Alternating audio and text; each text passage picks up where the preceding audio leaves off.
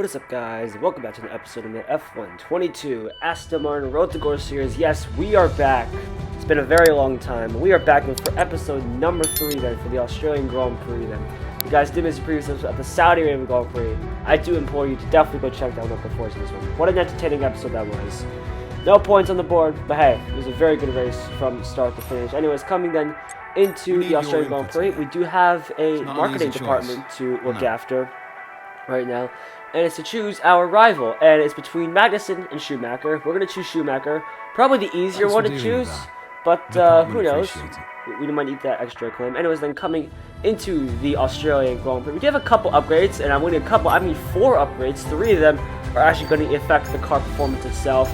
1 from the aero, 1 from the chassis, and 1 from the powertrain. Also, we have an extra 1 from the durability as well. That's never going to matter too much. Okay, we've had the new parts come through the fabrication aero process. one comes in. Also, that was technically supposed to come in for the Saudi Arabia Grand Prix, but that didn't happen.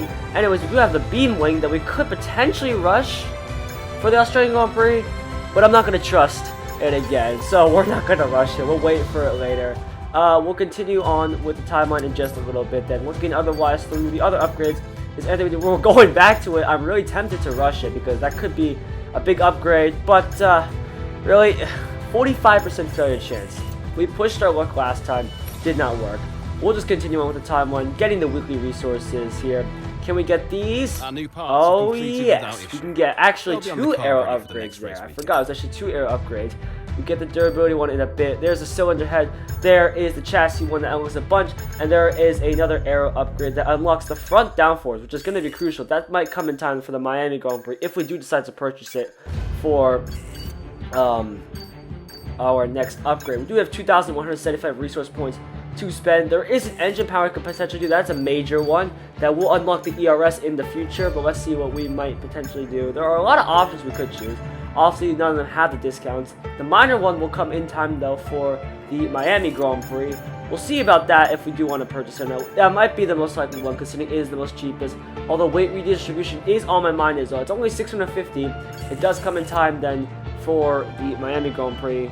But let's continue on. That we do get the durability one in the end. So that's technically 5 upgrades put onto the car. 4 of them actually affecting the individual car performance itself. Durability one, and we might need it. Anyways, that is time then for the Australian Grand Prix qualifying here at the Melbourne circuit. The new Melbourne circuit, let me remind you, remember with the now very, very fast Sector 2 then. Pretty much one of the quickest ones. You can still see no real helmet just yet. I am working on the design. It's not an actual custom helmet. It's just a helmet in the game. I'm too lazy to, import files for a modded helmet. But maybe in the future, if you guys do have any suggestions, maybe I could put a custom helmet in. Anyways, making the final setup changes and final setup tweaks, getting it on the track then in our Aston Martin. And I do want to remind you that this episode was recorded before the sports livery update. So as you can clearly see, this is, well, not the car that you might see in the, current F1 game itself. It is the Bahrain spec. Obviously, the other spec is in the new game. I think it was update 1.08. I'm not 100% sure. No, you can see there the red and yellow Ferrari, the one from Italy, the Monza one, the special one they ran, is also in this. I recorded during this time as well. So we'll see about that. Anyways, we're going to ignore that was a corner cut. I mean, obviously the FIA take a blind eye to us. We're just a poor team. Aston Martin, we don't care about that. If that's a corner cut, who cares? Anyways, then, we are, well, pretty far behind the top, then, flicking it into this fast left and right hander here, going a bit wide, then, getting a bump on the curb. And I don't know if you remember, from turn 1, we did get a bunch of damage to the floor, so, that's great. And it's coming to this right hander here. That's such a hard turn to get for me, because you can get so deep into that corner. It's just like, it's incredible how quickly these cars can brake and how quickly you can get that car to slow down in time for that corner. We'll have to find you that for the race then. Anyways, DRS wide open. It has been, well, a horrendous lap to say the least. P19 across the line. That is pretty horrendous, that even for Aston Martin standards here. Yeah, not a very clean lap element.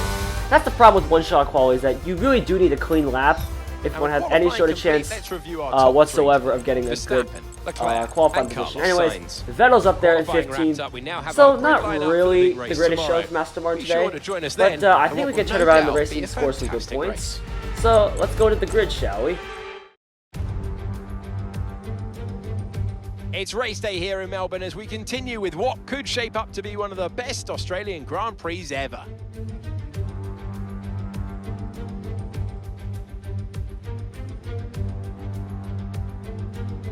Here we are then at the Albert Park circuit, 3.28 miles of bumpy city streets, but not a lot in the way of elevation changes. The circuit goes all the way around the lake, taking in 14 corners. Note the DRS zones into turns 1, 3 and 11.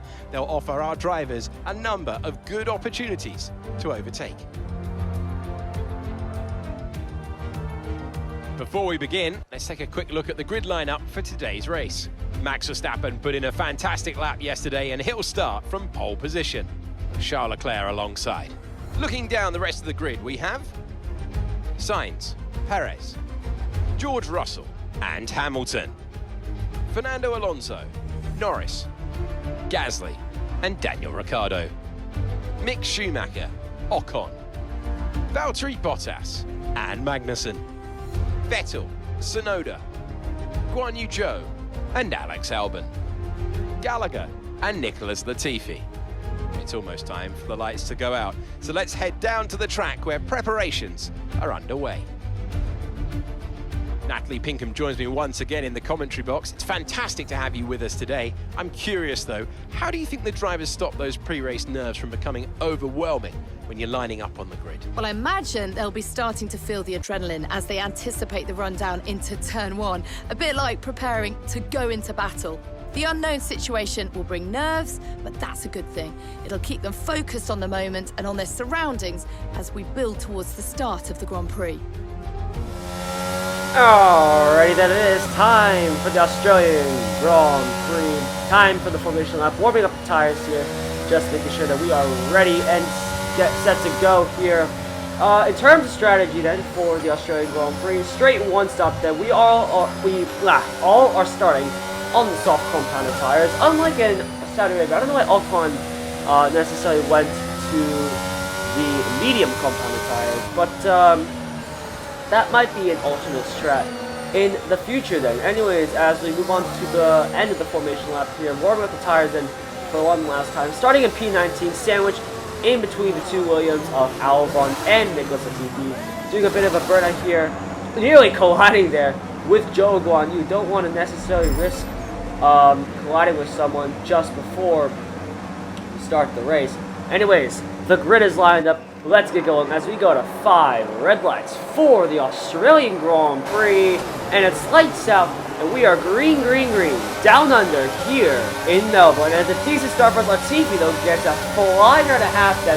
Going to take it easy into the first corner here, trying to find the way around the outside. Doesn't necessarily, we have to get on the grass, so we end up getting a place there on Alex Albon, but not the greatest one today. Anyways, coming into the next one, we're going to send it up the inside, nearly colliding into our teammate there, Sebastian Vettel. It's going to be 2x2 heading into the left-hander here. Can Vettel make his way through? We certainly cannot make our way through. Zhou Guan Yu squeezes us out, but how about Vettel though, having a good old scrap there with Valtteri Bottas in the Alfa Romeo then. Can Vettel get past here in the Aston Martin? It looks like he has a decent drive here. But let's see if we can get past Zhou Guan Yu ourselves as Vettel tries to get past Valtteri Bottas. It's going to be 2x2 heading down this long straight here. Zhou Guan Yu gives us a humongous squeeze. We're going to make it 3 wide though with our teammate and Bottas. Somehow we managed to get through all 3 of them. And just like that, we are up into P14 then, as Bottas does get back ahead then of Sebastian Vettel. Anyways, checking that up the top again is Verstappen that does lead the way by 2.3 seconds, let me add. Then comes Leclerc, Sainz, and Perez. A humongous strain here formed behind Charles Leclerc here. Hamilton, Alonso, Norris runs in 7th, Russell runs in 8th, Gasly in 9th, Ocon in 10th, completing the points. Ricciardo 11th, Schumacher and Magnussen 12th and 13th. There is us, and there are the rest of the drivers in the grid just chilling behind. But the one who is chilling is Max Verstappen up ahead, who again is leading by over 2 seconds. He must have had a lightning start, or the Ferraris must have squabbled pretty badly here as they do make their way into Sector 2. Then this is a big old train here. Literally, pretty much, the train is literally spread from 2nd to 14th. We are the tail end of this train here. So you have literally from the podium to pretty much the bottom half of the top 10, all separated by merely, I'd say, 5 seconds maybe. As you can see right here that we are right on the tail of Kevin Magnussen. I'm going to try to make a move on him pretty soon, but Schumacher's got some different ideas here as he goes down the inside there of Daniel Ricciardo, and I have been told by my engineer that Ricciardo does have an issue here. This is lap 5 of the Australian Grand Prix, so this could be our perfect opportunity to get past him. Definitely the Hasses are taking advantage, but he does go back down the inside, Daniel Ricciardo, on Mick Schumacher. Can he get the move done around it? It's just going to slow them all down here, and we're going to lose touch with the train. He's actually 2.8 seconds from the train already, although Hamilton has been dropped as well, so it's kind of 2 separate trains at the moment here. And we are now pursuing these guys. Let's see if we can get past them using a bit of overtake here, and we are gaining. This is actually a part where we can gain a lot of time there. Magnussen squeezes us to the ground. Ricciardo, though, gives us space on the outside. It's going to be 3 wide. Once again, are we going to make the move? This time we're on the outside, so close to the wall. Around the outside, somehow not making contact there. Jeez, that was mega close. Anyways, one more check up at the top. It is Verstappen who still leads the way then. Leclerc, Sainz, and Perez. Hamilton complete the top 5. Then this is coming onto lap number 6. And I do suspect that most of these people will be boxing on this lap. Remember, the pit window was 6 laps for the soft compounded tires. Then we do a 9-lap stint on the medium. So we'll be checking it at the end of this lap here. And as we come to the end of lap 6, Verstappen does come into the pit set. Leclerc follows suit though, although Sainz and Perez do stay out for another. Hamilton comes in along with Alonso. Norris though stays out, as does Russell. Gasly comes in. Ocon, Schumacher, I think, stay out. We're going to be coming into the pits at the end of this lap as we're following most of the guys, and then Magnussen does follow behind us here. Pretty tight pit entry, although not as tight as other tracks, I must say. Getting the pit limiter on here, just coasting in nice and easy, then getting ready to turn into the box nice and easy, although very jerky, I must say. The animations, like, they're just not great. Anyways, we do get the soft tires off and the medium tires onto the track. We must go. Yeah. I don't know. I just took out. I printed that up for fun. YouTuber Championship reference, if you guys do know. Anyways, then this is the top of the order. Sainz, Perez, Norris, and Russell completing the top 4. Ocon's in 5th. Schumacher's in 6th. Verstappen's only in 7th. And he's already stopped as Vettel. Oh no. This is a problem. Oh no. Vettel is retiring. Great stuff, Aston.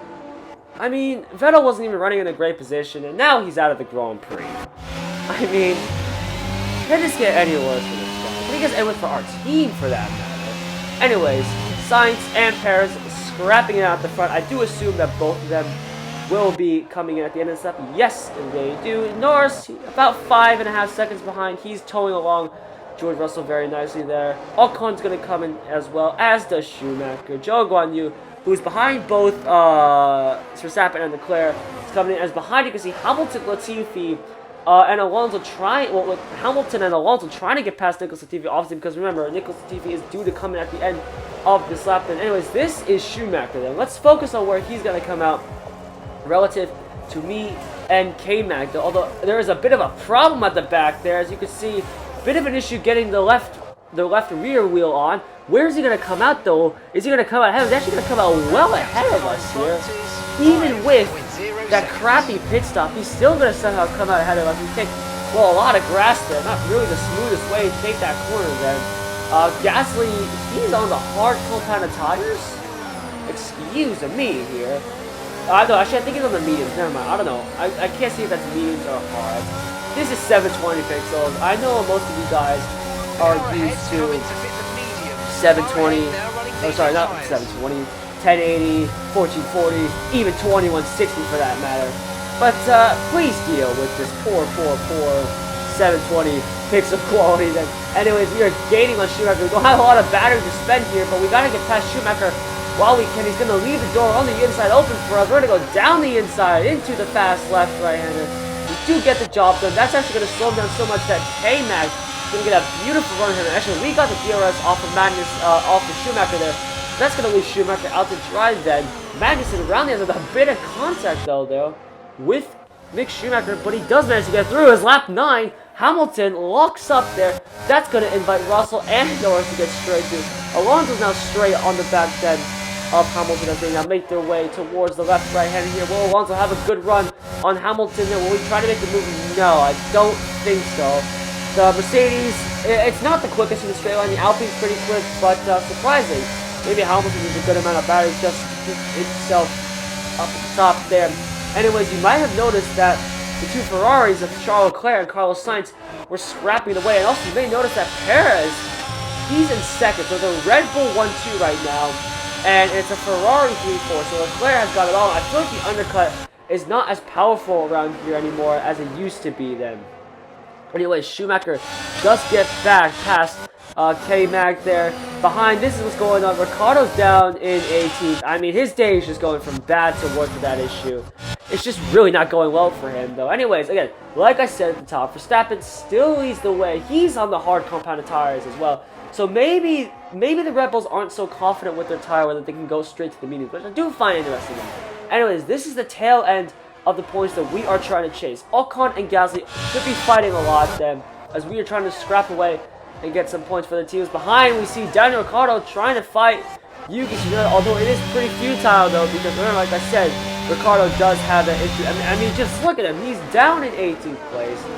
I mean, like, come on, give this guy, the Australian can never get a break around his home track then, and he's on the hard compounded tires as well, so quite a mix of people on the mediums and the hard compounded tires.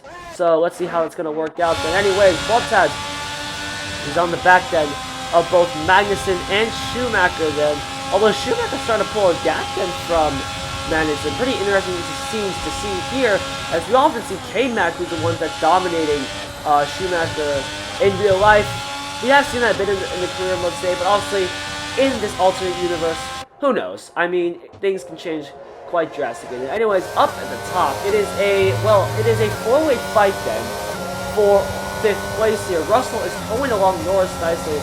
He's also dragging on Hamilton and Alonso, so who knows? In the end, maybe we might see a quick scrap then for 5th place there, as already the top 4 are checked out from this Grand Prix pretty much. Anyways then, moving on to lap number 12, then we have Ocon right on the back of Gasly. Gasly, well, I mean, he's 6 seconds behind. He goes a little bit deep there. Probably starting to feel the pressure, a bit of tire wear here as Ocon gets the DRS wide open and DRS wide open. Bit of overtake usage there as Ocon goes around the outside. Can he make it work? Yes, he can. Beautiful move by the Frenchman as the Frenchman's trade spots. You can see we are right behind them, trying to pick up the Gasly. What if he's got a bit of damage here? What if he's just plain slow there? We're right on the tail. We're going to go up the inside, around the outside. Can we make this work? Yes, we can then. It's a beautiful move there, up into P10. Any vehicle condition? Just watch out for it. Tire condition still looking good. Okay, so minus the floor being a bit damaged. So far, it's swimmingly. We're in P10 again. We are into the points then as we try to chase down Esteban Ocon in the Alpine. But remember, the AI like to drain their battery on the final couple laps here, so it's going to be hard to catch him then. Even with the DRS, you can see he's pulling quite a lot of time then on the straights, I must say. As he come into the right hander, locking up the tires a little bit then, trying desperately then to get back within range here to try and pass Ocon. Only have 24% battery left. Not a lot of battery to play around here. We do have a lot saved up though for this session. This is where the AI don't seem to use a lot of the battery, so we could sort of drag ourselves back up to the top here using all the battery that we got here to try and gain that DRS then, but we're still 9/10 away then from Ocon. I hate to say this, but it might be curtains closed here. We might not be able to catch Ocon here. DRS wide open. It's gonna be a futile effort then. But yeah, it was close. We gave it a shot. We're still in P10. Another point for us. Anyways, Verstappen wins the Australian Grand Prix, and I think it is going to be a Red Bull 1-2 then for the team from Milton Keynes. Then Ferrari finished 3 and 4. Then we're going to come across the line then to take P10. Another point for us. Good result from us. Could have been P9 if we had a bit more pace under us. That's the end But of the race. See I you won't complain too early. much. It's a point. We're going to need all the points we can get in this Aston Martin Rookie Course Series. I'm happy for them. We get driver of the day. Good job, everyone. Be proud of this result. So as they climb out of the car, the Red Bull team are ready and waiting to celebrate a thoroughly deserved win.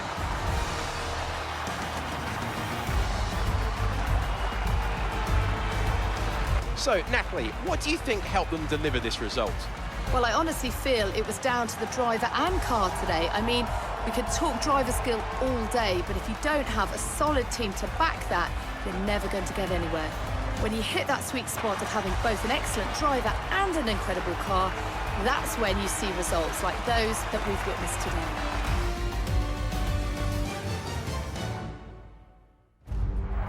Here come today's winners. The team at Red Bull have done a phenomenal job recently. It's clear to see that they've put in the work, and they should be proud of the victory they've secured here. So then, congratulations to Max and Red Bull for the 1-2 here in Melbourne. It was a good race from us, although I am still a little annoyed that Vettel had to retire from the race. Although he wasn't really going to be in a position to score any points, unfortunately. The Aston Martin, again, it's just not a good car. Even with those 4 upgrades that we had, like I wouldn't say it really helped our car a whole lot then. We're still going to need a lot more upgrades and a lot more time if we do want to bring Aston Martin to the top. Then, anyways, gaining some more XP So then, than it's time to see how this result affects the Drivers' Championship. non-existent podium Despite pass the at best the efforts of our moment. championship We leader, do finish that lead P10 is though. taking a It bit is of a unfortunate to knock see today. Vettel So then, at the Natalie back then Pinkham, with it. who would you rank as your driver of the day? Natalie picked I him have to though. give it to Luckily Gallagher. says They pushed that and I pushed am and driver of the found day. some It's absolutely fantastic beautiful. Joey performance. Gallagher It was an for absolute the pleasure to absolute watch. W. Let's move on to Anyways, the constructors. that's 2 The lead points at the then top comes down for after the a Aston strong Martin weekend team from the then. challenging pack. So it's pretty good, I would What an say. end to Although another we will fantastic need some more weekend of points, like I racing. said, if we Thanks do to want to everyone keep who- this road score series going. Anyways, thank you all so much for watching. If you guys did enjoy, definitely be sure to leave a like and subscribe to the channel, and I will see you guys for the next episode in Imola. And hopefully by then, you know, it won't be as long of a break as I did with this episode. So I hope you all enjoyed. Thank you all for your patience, and I'll see you in the next one. Goodbye, everyone.